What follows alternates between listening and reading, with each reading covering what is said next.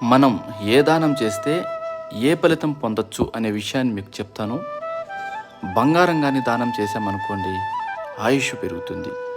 పెళ్ళికి డబ్బును కానీ దానంగా ఇచ్చామనుకోండి, ఎవరికైనా అందమైన భార్య వస్తుంది. వెండిని కానీ ఇచ్చామనుకోండి, ఏదైనా హెల్త్ ఇష్యూస్ అనారోగ్యం ఉంటే పోతుంది. ఆవును కానీ దానం చేసామనుకోండి, సంతానం కలగకుండా ఎవరికైనా ఉంటే సంతానం కలుగుతుంది. నీటిని కానీ దానం చేసామనుకోండి, మనసుకు తృప్తిగా ఉంటుంది. అన్నదానం చేసామనుకోండి, పేదరికం లేకుండా పోతుంది.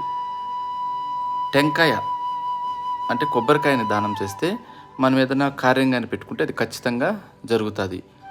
దీపాలు దానం చేసామనుకోండి, కంటి చూపు పెరుగుతుంది. ఏదన్నా కంటికి సంబంధించిన ప్రాబ్లమ్స్ ఉంటే అది పెరుగుతుంది. ఇంటిని కానీ దానం చేసామనుకోండి, బ్రహ్మలోక దర్శనం. నెయ్యిని దానం చేస్తే రోగాలు ఏమన్నా ఉంటే పోతాయి.